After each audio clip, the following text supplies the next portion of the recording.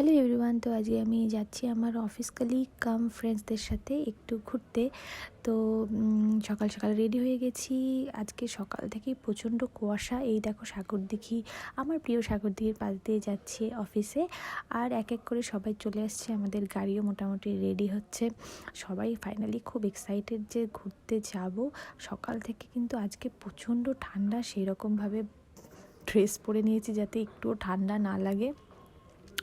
তো চলতে চলতে শেষ পর্যন্ত পৌঁছে গেলাম 2 ঘন্টা পরে এক সুন্দর জায়গায়, ঝালং নদী, তার পাশে একটা পিকনিক স্পটে। যদিও আমরা এখানে পিকনিক করব না, এমনি ঘুরে ঠুরে চলে যাব। তো দেখতেই পাচ্ছ খুব সুন্দর পাহাড়ে ঘেরা, নদীটাও ভীষণ সুন্দর, আর ওয়েদারটা তো জাস্ট ফাটাফাটি ছিল। আমরা খুব মজা করেছি এই নদীর ধারে, প্রচুর ফটোজ তুলেছি আর খুব সুন্দর সময় কাটিয়েছি। বাড়ি থেকে এই দীপিকা দি আমাদের জন্য খাবার তৈরি করে নিয়ে এসেছিল, এটাই আমরা খেয়েছি। ডাল পুরি, ঘুগনি দেখতেই পাচ্ছ। আর খাওয়া দাওয়া করে আমরা একটু এই নদীর ধারে গিয়ে সবাই অনেক ফটো তুললাম, খুব মজা করলাম, গল্প করলাম, এক কথায় হুল্লোড় করছিলাম খুব।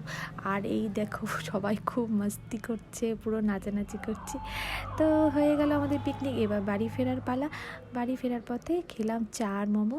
তো কেমন লাগলো ব্লগটি তোমরা জানিও।